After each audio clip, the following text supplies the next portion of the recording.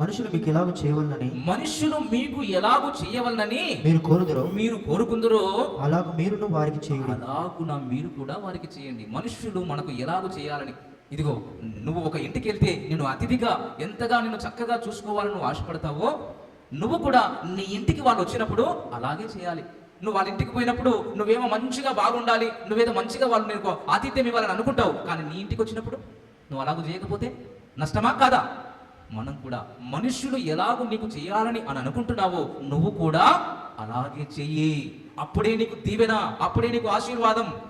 వాళ్ళేమో నీకు ఒక ఉన్నతంగా నేను చూడాలనుకుంటావు, కానీ నువ్వు వాళ్ళు మరి మీ ఇంటికి వచ్చినప్పుడు నువ్వు ఉన్నతంగా చూడకపోతే అది నీకు నష్టం. కాబట్టి మన జీవితంలో మనము వెదజల్లి అభివృద్ధి పొందుదాం.